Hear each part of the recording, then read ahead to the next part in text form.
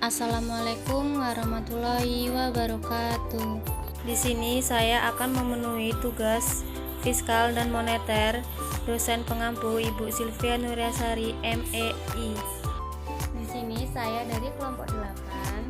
Perkenalkan, nama saya Intan Putri Pertiwi dari kelas F NPM 1804041081. Di sini saya akan membahas tentang pasar keuangan dan infrastruktur sistem keuangan. Simak ya teman-teman.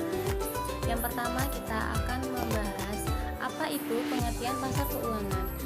Pasar keuangan ini sendiri merupakan pasar yang menyediakan produk keuangan baik berupa fisik, surat berharga, atau valuta asing. Beberapa ahli menyebutkan bahwa pasar keuangan adalah seluruh institusi dan prosedur untuk menjembati pembelian dan penjual instrumen keuangan. Artinya, pasar keuangan merupakan penghubungan antara pihak yang ingin menjual dengan pihak yang ingin membeli produk keuangan. Lalu di sini kita akan membahas jenis-jenis pasar keuangan. Jenis pasar keuangan itu ada 7. Yang pertama adalah pasar modal atau yang sering disebut capital market. Pasar modal merupakan pasar diperjualbelikannya modal jangka panjang dalam bentuk surat berharga seperti obligasi dan saham. Jangka waktu surat berharga yang ditawarkan biasanya berumur lebih dari 1 tahun. Yang kedua adalah pasar uang atau money market, merupakan pasar diperjualbelikannya modal jangka pendek dalam bentuk surat berharga seperti deposito berjangka, wesel, atau promes di mana jangka waktunya kurang dari 1 tahun. Yang ketiga ada pasar valuta asing atau foreign exchange market, yaitu pasar yang melakukan kegiatan transaksi valuta asing atau mata uang asing, baik transaksi pembelian atau penjualan, transaksi berjangka, dan transaksi pertukaran. Nah, selanjutnya yang keempat adalah pasar kredit konsumen. Pasar kredit konsumen atau consumer credit market yaitu pasar yang melayani pembiayaan pinjaman untuk pembiayaan konsumen atas produk tertentu baik barang maupun jasa seperti mobil, motor, perlengkapan rumah tangga, pendidikan, atau liburan. Yang kelima ada pasar hipotek, yaitu atau yang sering disebut mortgage market. Pasar hipotek yaitu pasar yang melayani pembiayaan pinjaman untuk lahan real estate atau perumahan atau komersial, industri, dan pertanian. Yang keenam adalah pasar komoditas atau future market. Pasar komoditas future market yaitu pasar yang melakukan kegiatan jual beli komoditas tertentu seperti produk pertanian. Yang ketujuh adalah pasar derivatif. Pasar derivatif merupakan pasar turunan dari produk utama seperti saham, obligasi, deposito, kredit, dan valuta asing. Fluktuasi dalam pasar ini sangat tergantung dari fluktuasi produk pertamanya. Pasar ini memperdagangkan produk turunan baik secara fisik maupun elektronik. Namun karena pesatnya perkembangan teknologi, perdagangan secara elektronik memiliki market share yang lebih dominan seiring berkembangnya pasar derivatif justru disalahgunakan untuk tindakan yang spekulatif. Selanjutnya ada tujuan pasar keuangan. Ada 3, yaitu bagi pembeli. Yang pertama, bagi pembeli ada 2, jangka pendek dan jangka panjang. Jangka pendeknya ini untuk memenuhi kebutuhan likuiditas perusahaan untuk berdagang. Yang ketiga, mengharapkan keuntungan dari suku bunga yang ditawarkan. Nah, sedangkan jangka panjangnya ini, yang pertama untuk melakukan investasi, yang kedua untuk menguasai suatu perusahaan, yang ketiga mengharapkan dividen, yang keempat adalah melakukan kegiatan spekulasi terhadap kemungkinan kenaikan harga kurs tersebut. Nah, yang kedua adalah bagi penjual. Itu pun ada juga jangka pendek dan jangka panjangnya. Nah, tapi jangka pendeknya ini yang bagi penjual itu untuk mencari keuntungan dari suku bunga yang ditawarkan kepada pembeli dan biaya lainnya yang dibebankan untuk berdagang. Yang kedua, membantu perusahaan atau individu yang membutuhkan dana guna membiayai usahanya. Nah, sedangkan yang jangka panjangnya ini, yang pertama khusus untuk perusahaan yang melakukan emisi di bursa saham adalah untuk memperoleh dana. Yang kedua, membagi kepemilikan agar saham perusahaan juga dapat dinikmati masyarakat umum. Yang ketiga, bagi lembaga keuangan. Nah, yaitu untuk memperoleh keuntungan dari selisih bunga dari bunga yang diberikan kepada pihak yang menyimpan uang dengan bunga yang dibebankan kepada pinjaman atau debitur dalam bentuk kredit. Selisih bunga simpanan dengan pinjaman ini dikenal dengan nama spread based. Yang kedua, untuk keuntungan dari biaya dibebankan ke nasabah atas jasa keuangan yang diperolehnya, misalnya biaya administrasi, keuntungan, biaya iuran, biaya kiriman, biaya tagih, denda, biaya profesi, dan komisi, serta biaya lainnya. Keuntungan dari biaya ini dikenal dengan nama fee-based. Selanjutnya, kita akan membahas tentang lembaga keuangan. Yang pertama adalah perbankan. Bank merupakan lembaga keuangan yang menawarkan baik jasa simpanan, bursa efek pinjaman atau kredit, atau jasa keuangan lainnya yang dapat dilayani oleh bank umum, komersil, maupun bank perkreditan rakyat atau BPR. Yang kedua adalah bursa efek. Bursa efek merupakan tempat diperjualbelikannya modal jangka panjang seperti saham dan obligasi. Dalam bursa efek terdiri dari dua pasar, yaitu pasar primer dan pasar sekunder. Yang ketiga adalah asuransi. Asuransi merupakan usaha pertanggungjawaban terhadap resiko yang akan terjadi. Pertanggungan ini terdiri dari perusahaan asuransi sebagai penanggung dengan nasabah sebagai tetanggung. Yang keempat adalah dana pensiun. Dana pensiun merupakan perusahaan yang memungut dana bagi karyawan suatu perusahaan. Nah, lalu ada yang kedua, judul kedua adalah infrastruktur sistem keuangan. Infrastruktur sistem keuangan itu adalah merupakan segala sesuatu yang mendukung dan mendorong agar sistem keuangan dapat berjalan dengan lancar dan stabil. Infrastruktur sistem keuangan mencakup kelembagaan, regulasi, standar, jaringan, teknologi, dan informasi di sektor keuangan. Lalu ada infrastruktur keuangan syariah, terbagi menjadi dua bagian, yaitu hard infrastruktur atau yang sering disebut infrastruktur keras, dan soft infrastruktur, yaitu infrastruktur lunak. Infrastruktur keras yaitu sarana pendukung yang memiliki wujud fisik berupa suatu badan atau lembaga tertentu, sedangkan infrastruktur lunak yaitu sarana pendukung berupa governance atau suatu tata kelola. Nah, hard yang pertama adalah kita akan membahas hard infrastruktur. Hard infrastruktur secara umum dalam sistem keuangan baik konvensional maupun syariah penjabarannya sebagai berikut. Yang pertama adalah otoritas, yaitu lembaga tertinggi untuk mengatur dan mengawasi sistem keuangan secara keseluruhan. Yang kedua adalah regulasi atau aturan dan standar yang dibuat otoritas tersebut di atas dalam melaksanakan fungsinya sebagai pengatur dan pengawas sistem keuangan secara keseluruhan. Yang ketiga adalah bursa, yaitu tempat atau wadah yang digunakan untuk bertransaksi perdagangan surat berharga di pasar modal baik saham maupun obligasi atau suku. Yang keempat adalah wali amanat, yaitu lembaga yang bertanggung jawab untuk memelihara dan melakukan kegiatan transaksi surat berharga baik secara fisik maupun elektronik. Yang keempat adalah lembaga penjamin, yaitu lembaga yang memelihara perlindungan resiko dari kerugian untuk para pelaku pasar. Selanjutnya adalah yang kedua adalah hard infrastruktur. Hard infrastruktur terdapat tingkat nasional di Indonesia dapat dijelaskan sebagai berikut. Yang pertama adalah Dewan Pengawasan Syariah, yaitu lembaga independen tanpa campur tangan pemerintah maupun pihak swasta manapun yang dibentuk oleh Majelis Ulama Indonesia. DPS ditempatkan tiap-tiap lembaga keuangan syariah dalam rangka menjaga dan memelihara sahira compliance dalam pelaksanaan lembaga keuangan syariah. Keberadaan DPS memiliki posisi yang kuat karena telah diatur didukung oleh Peraturan Bank Indonesia, yaitu pada nomor 6 tahun 2004 pasal 27. Yang kedua, Badan Arbitrase Syariah Nasional atau Basyarnas, yaitu lembaga yang bersifat otonom dan independen berperan sebagai mediator dalam penyelesaian sengketa dan permasalahan yang terjadi antara para pihak yang bertransaksi di lembaga keuangan.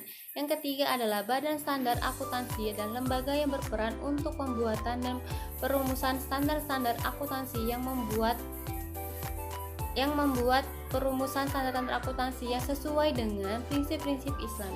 Di Indonesia, badan ini dijalankan oleh Ikatan Akuntansi Indonesia (IAI) dan produk berupanya Standar Akuntansi Keuangan atau SAK. Yang keempat, Asosiasi Keuangan Syariah merupakan persatuan para pelaku di industri keuangan dengan bidang yang sama. Contohnya nih, Asosiasi Bank Syariah di Indonesia, Asosiasi Asuransi Syariah Indonesia atau AASI, Asosiasi BMT Seluruh Indonesia atau ASBINDO, dan Asosiasi Akuntansi dan Keuangan Syariah Indonesia atau AASI. Yang kelima adalah Lembaga Sertifikasi Profesi atau LSP, yaitu lembaga yang berwenang untuk menyelenggarakan kegiatan sertifikat profesi tertentu. Adanya sertifikasi yang dilakukan LSP ini diharapkan mampu meningkatkan daya saing industri keuangan syariah dari sisi kualitas sumber daya manusia atau SDM. Yang keenam adalah Lembaga Peningkatan Kapasitas SDM, lembaga yang didirikannya untuk menyiapkan sumber daya manusia yang kompeten bagi daya manusia di industri keuangan konvensional.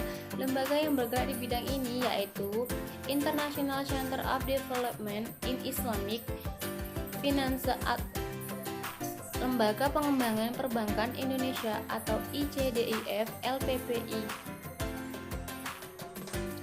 Yang ketujuh adalah General Council Islamic Bank and Financial Institution atau CIBA IFI, yaitu lembaga ini didirikan di Bahrain pada Mei tahun 1991.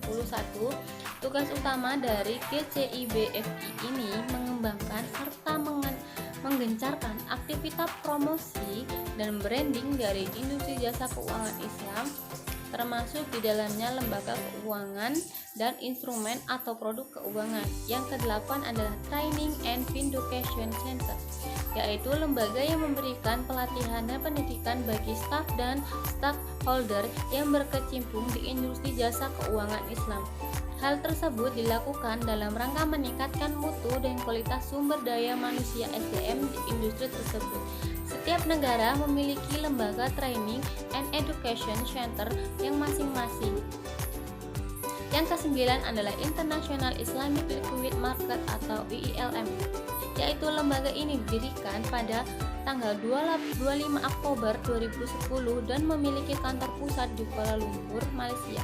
Keanggotaannya berasal dari berbagai bank sentral, otoritas moneter, hingga lembaga yang berkaitan dengan sistem keuangan.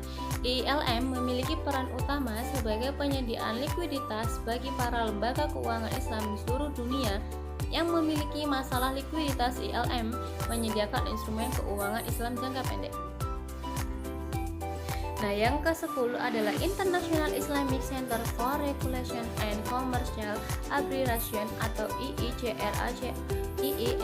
IICRCA. Itu merupakan lembaga yang didirikan di Uni Emirat Arab pada tahun 2004. Lembaga ini serupa dengan Badan Arbitrase Syariah Nasional atau Basyarnas milik Indonesia, namun IICRCA berada di tingkat internasional. Kelas adalah Liquidity Management Center atau LMC, yaitu lembaga ini didirikan di Bahrain pada tahun 2002.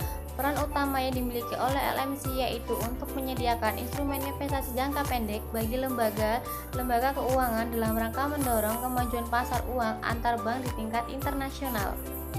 Selanjutnya yaitu yang hard infrastruktur sistem keuangan syariah yang berada di tingkat internasional, yaitu sebagai berikut. Yang pertama adalah Islamic Development Bank atau IDB, yaitu lembaga ini didirikan sejak tahun 1975 oleh Organization of the Islamic Conference (OIC). Nah, IDB merupakan lembaga keuangan Islam di tingkat internasional yang memiliki fokus tujuan untuk pembangunan ekonomi dan kesejahteraan sosial negara-negara anggota dan negara-negara muslim lainnya. Yang kedua adalah Financial Institution AAKIF, yaitu lembaga non-profit organization. Ini didirikan di Bahrain pada bulan Maret tahun 1991. Tujuan didirikannya AAKIF ini yaitu untuk menetapkan standar akuntansi keuangan Islam secara global. Yang ketiga adalah Islamic Financial Service Board atau IFSB, yaitu badan yang berfungsi untuk menetapkan standar bagi para otoritas pengaturan dan pengawasan lembaga keuangan dalam rangka menjaga kesejahteraan, kelancaran, dan kestabilan industri jasa keuangan Islam secara keseluruhan. Anggota IFSB terdiri dari stakeholder lembaga keuangan termasuk otoritas tertinggi bank sentral dan perwakilan lembaga-lembaga keuangan. Lalu yang keempat adalah International Bank Financial Market atau UFMO, yaitu lembaga ini memiliki kantor pusat di Arab Saudi. IIFM didirikan atas inisiatif beberapa negara, yaitu termasuk Indonesia, Malaysia, Sudan, Brunei Darussalam, dan Bahrain beserta dengan IDB Islamic International. Yang kelima adalah Rating Agency atau TIRA, merupakan lembaga independen yang memiliki dua tujuan dan visi utama. Pertama, untuk menjaga panutan setiap acuan dalam kredit rating atau pemerikat kredit dalam keuangan Islam.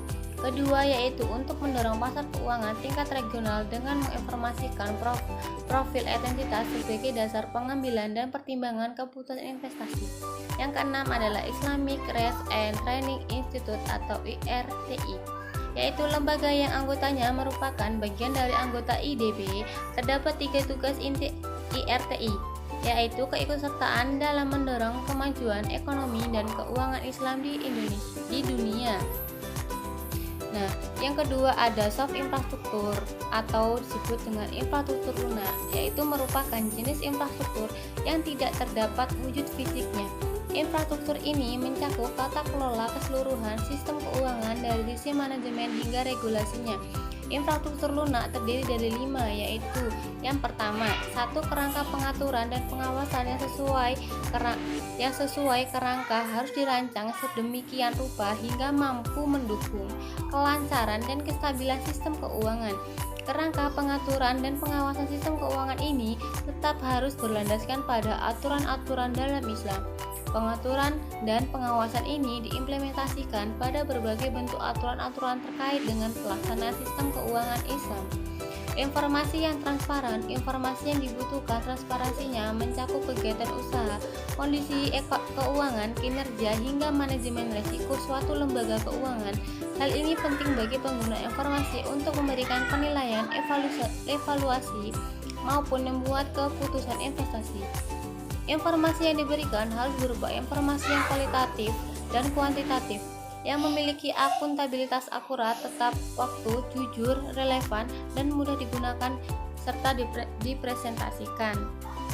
Yang ketiga adalah kerangka pengelolaan dan manajemen risiko yang baik, yaitu kerangka manajemen risiko mencakup kebijakan, prosedur, dan struktur dalam institusi keuangan yang terkait dengan pengelolaan risiko. Kerangka ini dimulai dengan identitas risiko, pilar risiko, penetaan mitigasi risiko, dan pembentukan strategi manajemen risiko suatu institusi keuangan, baik institusi keuangan konvensional maupun Islam. Manajemen risiko pada institusi keuangan harus mampu menjawab isu terkait pengidentifikasian, pengukuran, dan pengawasan risiko yang mungkin dapat ditimbulkan dari setiap transaksi yang terjadi di sistem keuangan. Yang terakhir adalah kerangka syariah yang dinamis dan inovatif. Maksudnya yaitu kerangka syariah yang mencakup pengaturan, pengawasan, tata kelola, dan profesi dari kegiatan operasional institusi keuangan Islam agar tetap terjaga syariah, compliance-nya, prinsip dan aturan Islam sesuai Al-Quran, hadis, dan ijtihad harus dijadikan dasar dari perumusan kerangka syariah.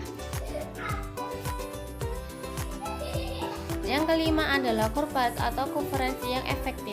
Corporate governance atau tata kelola koperasi mencakup cara dan metode suatu lembaga keuangan diatur dan dikelola petinggi manajemen.